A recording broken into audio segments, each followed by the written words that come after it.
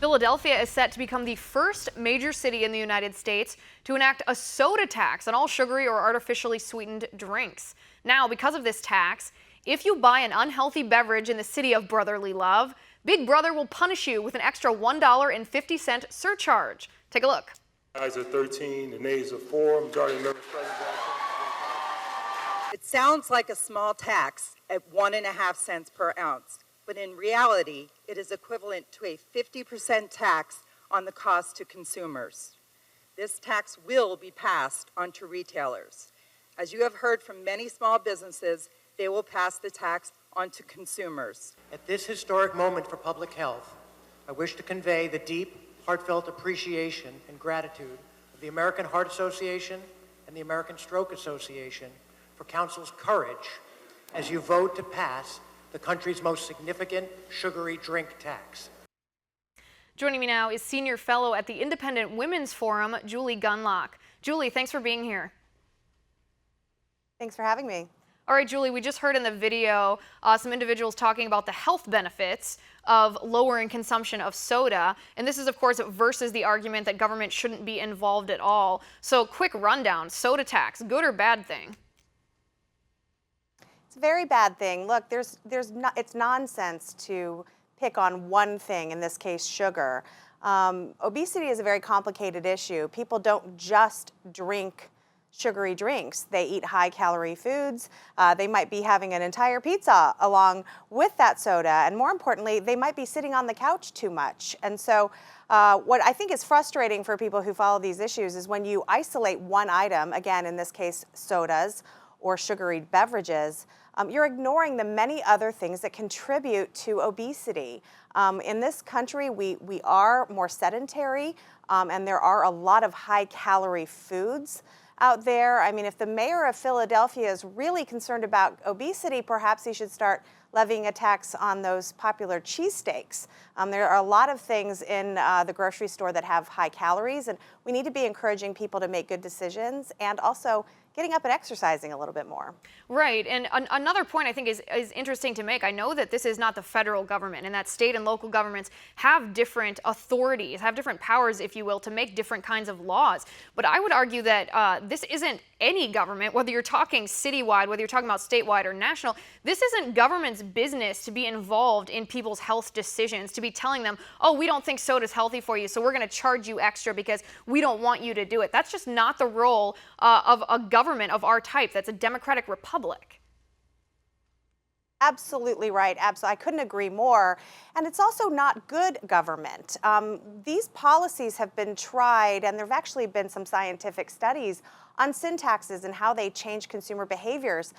In one study, they did raise the price of sodas in a small town to see how that changed consumer behavior. People did stop drinking soda, but the sales of beer went straight up. So people will find replacements. If you tax one item, they will get their sugar, they'll get their high calories in other ways. What should be pursued is education, encouraging people to make good decisions, encouraging people to get up off the couch. Those are policies that will really work. Right, and I'm glad you brought up the economic statistics because I think this is a very interesting example. You mentioned that study that showed that it was somewhat elastic, but there are other studies about soda taxes that actually prove that these type of sin tax, as you call it, it actually is inelastic when it comes to soda, that people who consume soda don't change their drinking habits based off of increased price or increased taxes. They just have to pay more for it. That's true, and there's other studies that show that people who do suffer from obesity tend not to drink full sugar soda. So you're actually taxing people who probably don't really struggle with their weight.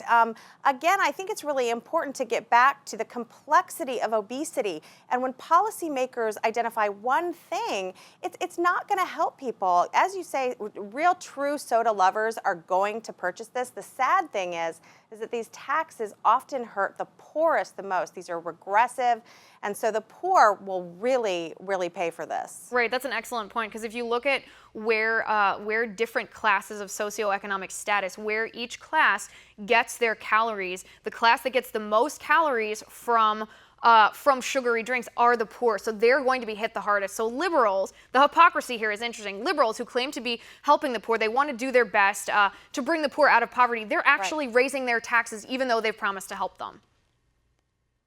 Absolutely. And the mayor has a lot of options here. If he wants to, he's claiming that these soda taxes are going to fund pre-K and some infrastructure programs. He has a lot of options. He could actually practice some fiscal restraint. He could make priorities for funding. He could really get his financial house in order. And instead, like so many Democrats, they simply find new funding streams. This one is popular with at least certain people, certain members of the public who say, oh, it's soda, it's obesity, we don't mind. But you're really harming the poorest in society. And I think, again, liberals really need to consider just who will this soda tax harm, and for what benefit. We know that they don't work. Right, and I think that brings up another really interesting point, and this is what happens when government gets involved in paying for our health care. They think it becomes their business to tell us how to conduct health in our own life. They think they can not only define what health and what healthcare and what healthcare coverage is, they think they can define or dictate rather, what we do to ensure that they don't have to pay extra. It is little by little ceding control, not just over our healthcare choices, but of our health, our lifestyle choices. Yes, absolutely. And I made that joke about Philadelphia cheesesteaks, but that could happen. Why wouldn't it happen? I mean, there are a number of things that people eat that probably aren't the healthiest. We don't always make great decisions. Perhaps people will be required to have gym memberships. People will be required to walk to work. I mean, where does this end? I think consumers, I think the voters and certainly Philadelphians need to ask, where is the mayor going to stop? What kind of behaviors is he going to disapprove of and tax us for? Where is he going to sort of insist that we do certain things or behave in certain ways? It's very Orwellian. It's very scary. A lot of people say, it's just soda. But this is a symbol of things to come if policymakers and if politicians think that they can go down this road. Definitely. You're 100% right. And you can look to other countries who have nationalized healthcare systems to even prove this point. It's not just conjecture on our part. If you look at what happens in Britain, if you look at what happens in Scandinavian countries, their government actually regulates things that they're allowed or not allowed to do based off of the risk of injury because the government knows they'll be paying for the rehabilitation, for the surgery, for the medication if those risks and those injuries do happen. So it's not just a hypothetical, slippery slope gonna happen. It will happen if it keeps on this train. Julia, I appreciate so much you being on the show. It was great to talk to you today. After the break, California State Assembly is trying to force religious schools to accept students with different beliefs or else risk losing their student aid. Casey Harper is with us next.